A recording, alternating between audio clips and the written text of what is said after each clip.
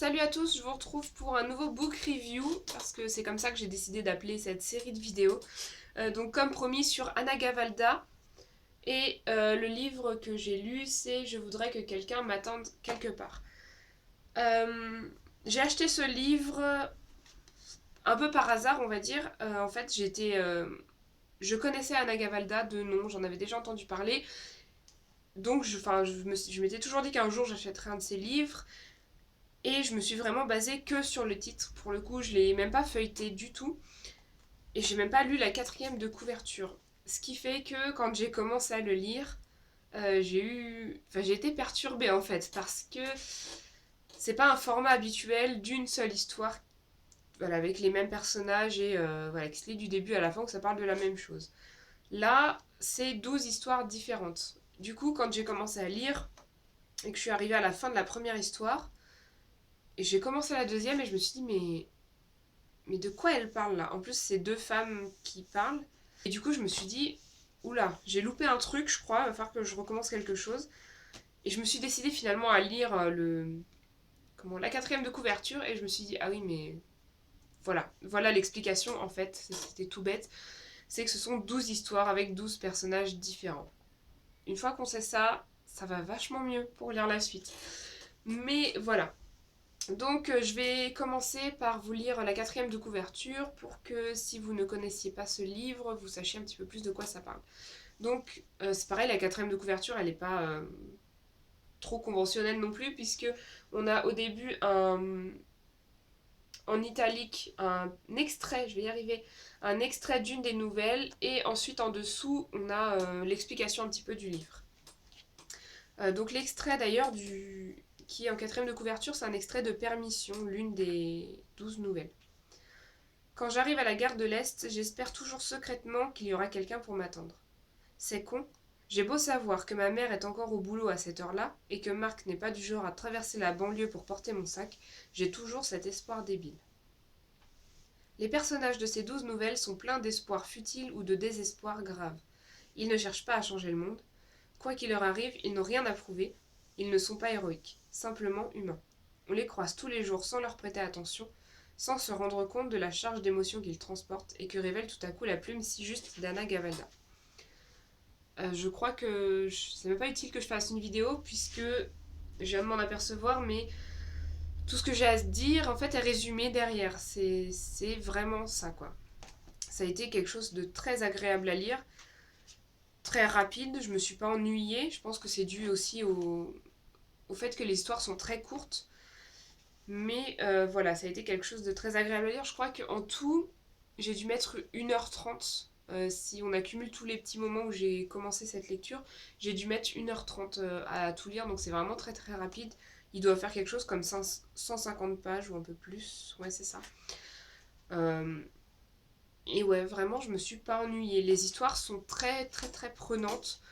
On entre dans la vie du personnage. On vit un petit moment avec lui et on ressort.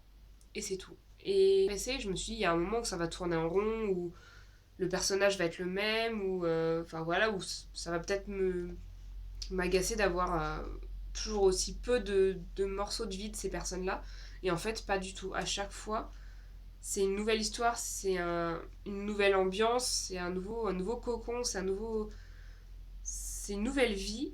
Et voilà, et c'est vraiment ça, c'est comme si on croisait quelqu'un dans la rue et au moment où on le croise dans la rue, c'est comme si le temps ralentissait, on voit une espèce de petit film d'un morceau de sa vie, et ensuite cette personne-là part et ne revient pas. Et c'est vraiment bien fait. En tout cas, moi je trouve que c'est super bien fait. Et j'ai vraiment adoré lire ça. Moi en plus, d'habitude, j'ai du mal à finir un livre, ou à finir une série, ou un film que j'aime beaucoup. Parce que je suis tellement à fond avec les personnages que j'ai pas envie de les quitter et j'ai pas envie de. Enfin, j'ai envie de continuer à savoir ce qui se passe pour eux. Et là, même pas en fait. Et c'est même pas un point négatif puisque.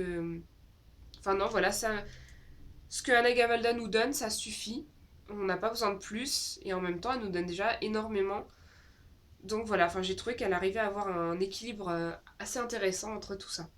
C'est tout ce que j'ai à dire sur ce livre-là. Enfin vraiment, c'est.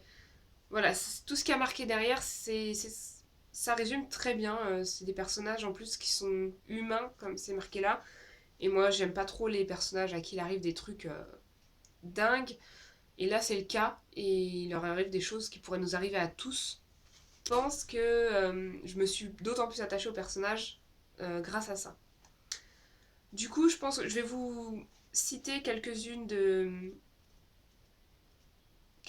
histoires que j'ai pas mal aimées, sans trop vous en raconter non plus.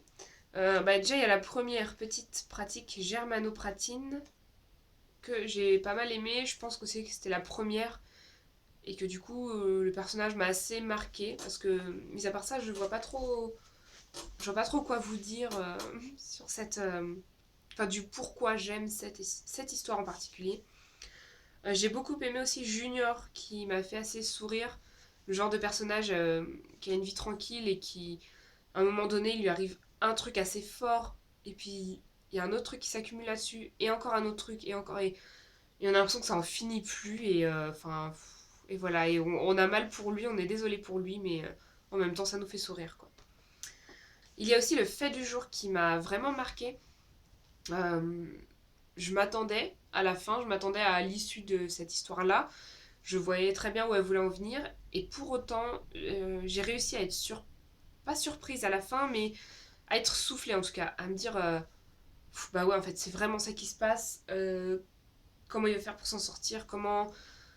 Enfin voilà, j'ai tout fait avec lui. J'avais ce sentiment de mal-être avec le personnage. Et je trouve que ça a été très très bien écrit, très très bien raconté. Et du coup, j'ai été vraiment prise par cette histoire-là. Et je crois que c'est peut-être la seule histoire où j'aurais aimé en savoir plus. Et en même temps que ça s'arrête là, c'est très bien parce que on se doute de la finalité et on n'a pas vraiment envie de savoir ce qui va lui arriver par la suite. Donc voilà, ce sont celles que j'ai préférées, même si elles ont été toutes vraiment. Voilà, ça a été dur d'en choisir quelques-unes là-dedans pour vous en parler. En tout cas, si vous avez quelques heures à perdre, je vous conseille vraiment ce livre-là parce qu'il se lit très vite et que c'est très très agréable. Donc, c'en est terminé pour Anagavalda. Je vous retrouve la prochaine fois pour vous parler de la série U4. Et bah voilà, je vous en dis pas plus. C'est une série que j'ai beaucoup adorée, mais ça, vous saurez la prochaine fois. Ciao!